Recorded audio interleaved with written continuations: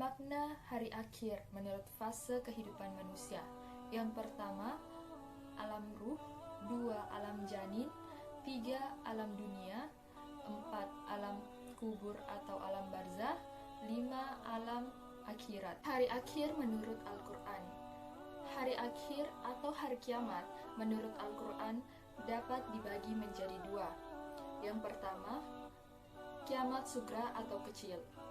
Kiamat sugra adalah peristiwa datangnya kematian bagi semua makhluk, termasuk manusia yang bersifat lokal dan individu. Firman Allah Subhanahu wa Ta'ala dalam Quran Surah Al-Imran, surah ketiga ayat 185. 2. Kiamat kubra atau besar. Peristiwa berakhirnya seluruh kehidupan makhluk dan hancur leburnya alam semesta secara total dan serentak. Proses terjadinya hari kiamat tersebut dijelaskan oleh Allah Subhanahu wa Ta'ala dalam banyak ayat. Di antaranya dalam Al-Quran Surah At-Takwir, surah ke-81 ayat 1 sampai dengan 3. Hari kiamat menurut ilmu pengetahuan. Menurut biologi, bumi terjadi dari gas yang berputar atau chaos katastrof. Setelah diam, gas itu menjadi dingin. Maka gas yang mengendap ke bawah dan yang ringan berada di atas. Melalui proses evolusi yang lama sekali, gas bagian luar mengeras menjadi batu, kerikil, pasir, dan sebagainya. Sedangkan bagian tengah masih panas. Zat panas bercampur dengan lava, lahar, batu, dan pasir panas. Bumi beredar karena adanya daya tarik matahari terhadap bumi berkurang. Akibatnya, bumi akan bergeser dari matahari sehingga putaran bumi akan semakin cepat dan akan mengalami nasib seperti meteor atau menyala dan hancur. Menurut teori fisika, kalau suatu ketika matahari tidak muncul atau cahayanya redup karena tenaga atau sinarnya habis, maka tidak ada angin dan awan yang berakibat hujan akan turun. Selanjutnya gunung-gunung akan meletus, ombak akan bergulung-gulung, air laut akan naik sehingga hancurlah bumi ini. Periode hari akhir. Setelah alam semesta hancur secara total dan kehidupan semua makhluk Allah Subhanahu wa Ta'ala berakhir, maka mulailah manusia menjalani tahapan kehidupan baru dan proses menuju alam baka. Tahapan tersebut sebagai berikut. Sesudah hancur dan musnahnya alam semesta, termasuk manusia, terjadilah hari kebangkitan. Hari kebangkitan adalah proses dibangkitkannya seluruh makhluk dari alam kubur. 2. Yaumul Hajj. Yaumul Hajj yaitu hari berkumpulnya manusia setelah dibangkitkan dari kuburnya masing-masing.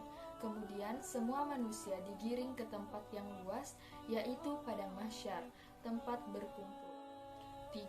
Buku catatan. Setiap manusia di alam mahsyar mempunyai buku catatan atau kitab perjalanan hidup yang telah dicatat oleh malaikat rakib dan atid. 4. Yaumul Hisab dan Mizan. Yaumul Hisab adalah hari ketika Allah Subhanahu wa Ta'ala memperlihatkan semua amalan di akhirat untuk dihisab. Segala dosa besar dan kecil dihitung dengan seksama dan teliti. Ketika amalan mereka dihitung, anggota tubuh mereka ikut menjadi saksi. Tahapan selanjutnya adalah mizan. Mizan adalah timbangan yang adil berisi kebajikan dan kejahatan yang telah diperbuat setiap manusia. Setiap orang ditimbang amalnya dengan seadil-adilnya. 5. Asirat. Asirat adalah jembatan yang terbentang di atas neraka menuju surga. Mudah atau sulitnya melewati asirat itu tergantung kepada amal setiap manusia. 6. Yaumul Jaza. Yaumul Jaza yaitu suatu hari ketika semua manusia akan menerima balasan dari Allah Subhanahu wa Ta'ala. Balasan yang diterima seseorang sesuai dengan amalnya ketika ia hidup di dunia. 7. Balasan perbuatan baik dengan surga. Setelah seluruh manusia dihisab dan melalui timbangan, mereka diberikan balasan yang sesuai dengan amal perbuatannya. Pada saat itu, terbagilah manusia menjadi dua golongan. Adapun bagi mukmin yang bertakwa kepada Allah Subhanahu wa Ta'ala, pasti akan menerima balasan yang setara, yaitu berupa surga. Surga disediakan Allah Subhanahu wa Ta'ala sebagai karunia kepada hambanya. 8. Balasan perbuatan buruk dengan neraka.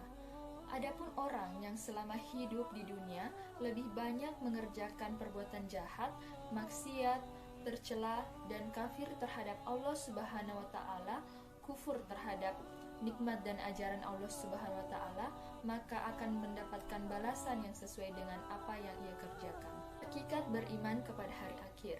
Iman kepada hari akhir merupakan rukun iman yang kelima, yang harus diyakini oleh setiap umat Islam. Segala perbuatan yang dilakukan oleh setiap manusia, baik maupun buruk, akan dipertanggungjawabkan di akhirat kelak.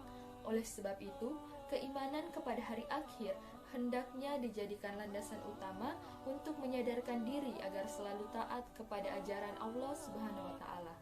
Semangat beribadah. Yang pertama, muncul rasa kebencian yang dalam kepada kemaksiatan dan kebejatan moral yang mengakibatkan murka Allah Subhanahu wa Ta'ala di dunia dan di akhirat. 2. Menyejukkan dan menggembirakan hati orang-orang mukmin dengan segala kenikmatan akhirat yang sama sekali tidak dirasakan di alam dunia ini. 3.